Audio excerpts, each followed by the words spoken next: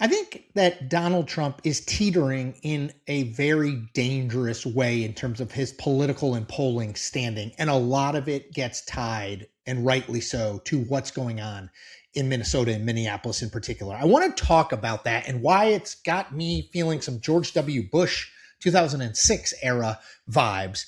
But first, just in case you've been on another planet, over the last 18-ish days, Donald Trump surged a bunch of immigration enforcement officials into Minnesota and Minneapolis specifically to deal with, ostensibly, the state social safety net crisis scandal. Basically, a bunch of people ripping off the state. Many of those people were Somali Americans. Now, most of the people who have been already charged in this scandal are American citizens, but they are, many of them, Somali. Trump wanted to surge enforcement officials into the state to sort of highlight what's going on there. It had broken into a national story. You know, he thought it was a great example to prove why we need to get people here illegally out, et cetera, et cetera. Okay. About 2 weeks ago, Renee Good was shot and killed as she tried to reverse and then quickly go forward after blocking a street in an immigration enforcement action. She was protesting. And then over the weekend, Alex Preddy, a 37-year-old ICU nurse, was trying to intervene between enforcement agents and a woman who was being pepper sprayed. He wound up being pepper sprayed himself. He falls to the ground. The agents find that he has a gun on him, although he's not brandishing or using the gun. He is shot 10 times and killed. Donald Trump, over the weekend, over the last 48 to 72 hours, realizes that things have gone very, very wrong for what he had hoped was going to be a show of force in a positive way, politically and policy-wise, in Minnesota. He jettisons Greg Bovino, the head of Border Patrol, sends Bovino back to California and says Bovino can't use social media, just in case you were wondering if they were worried about the messages Bovino was sending. They sidelined Kristi Noem, the head of the Department of Homeland Security. She and her chief advisor, Corey Lewandowski, had a 2-hour meeting on Monday at the White House, I assume, to try to plead for her job.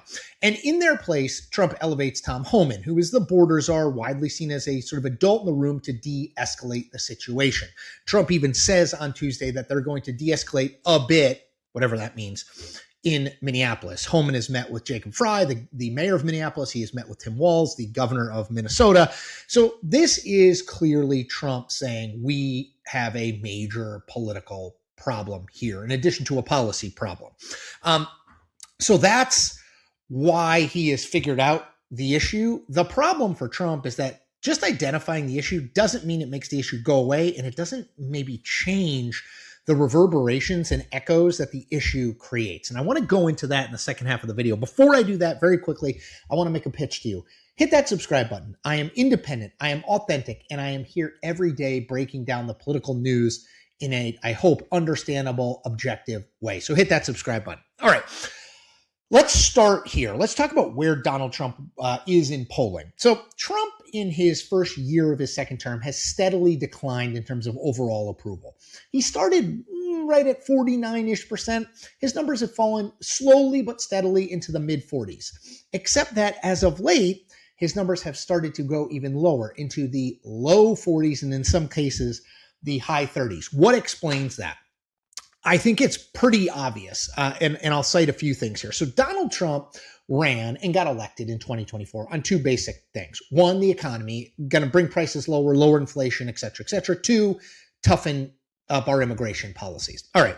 Nate Silver, who runs a great Substack called the Silver Bulletin, does polling averages. And I want to point out Donald Trump's polling averages on some of those key issues. We'll do the economy first, and then I want to do much more on immigration.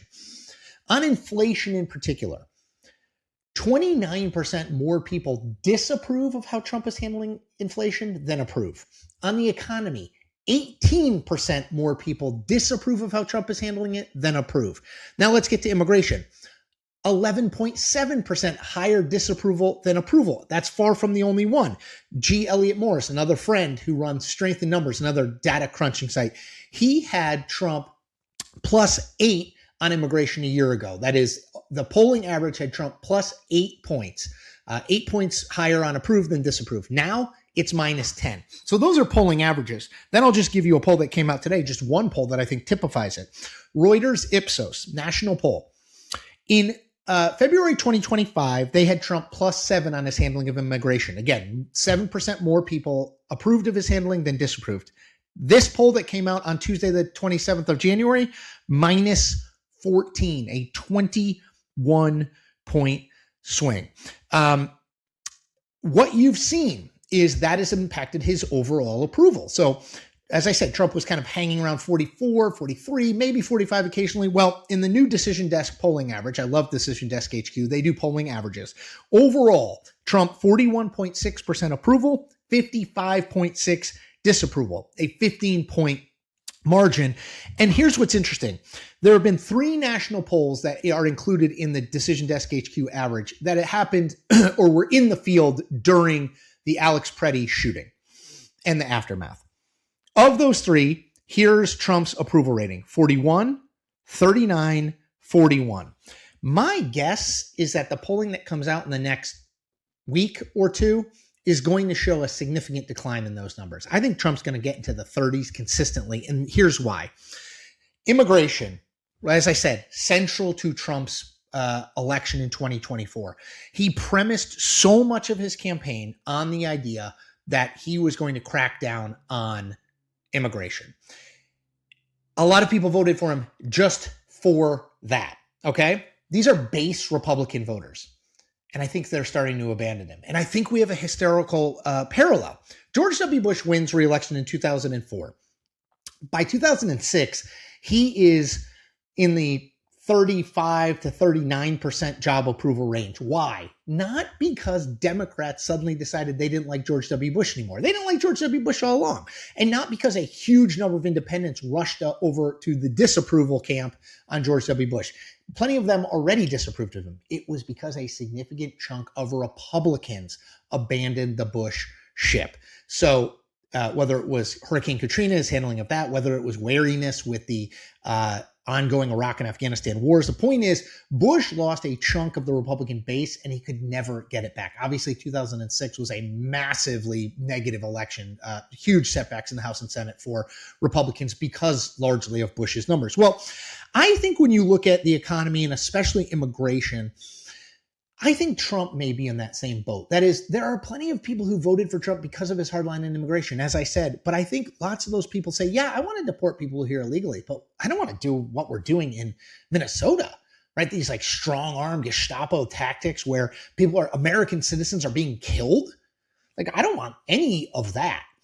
The danger is that part of the base, once you lose it, man, it gets hard to win it back. So even if Trump is course correcting now, which I think he clearly is, it's harder than you might think to fix this problem, the reverberations. And if you see polling in the next week to 10 days or 2 weeks that shows Trump at 36, 37, 38% job approval overall, know that it is because immigration is the issue that has split his base, that there is a bunch of people who are Trump voters in 2024 who look at what's happened over the last 2.5 weeks in Minneapolis and say, no, I do not want that. I don't approve of that. And that makes me not approve of Donald Trump. The danger is if he cannot get those people back, if he winds up as 35, 36% job approval in November, you are going to see massive losses for the Republican Party in the House and Senate. And, we'll see if he can navigate through these waters. But I will tell you, I think he is at a tipping point. He is in very dangerous territory right now. That's it for me. As I said earlier, I hope you hit that subscribe button. Honest, independent, and here every day. That's what I was on my North Stars. I also hope you like and comment on this video. That helps me grow among people who aren't already subscribers, those unlucky few. And also, I hope that you tell a few people about what I'm doing here, why you think it's a value, why you think they should subscribe. 2026 is a huge political year. I'm going to be here every day of it, breaking down the news you need to know. Thanks. Take care.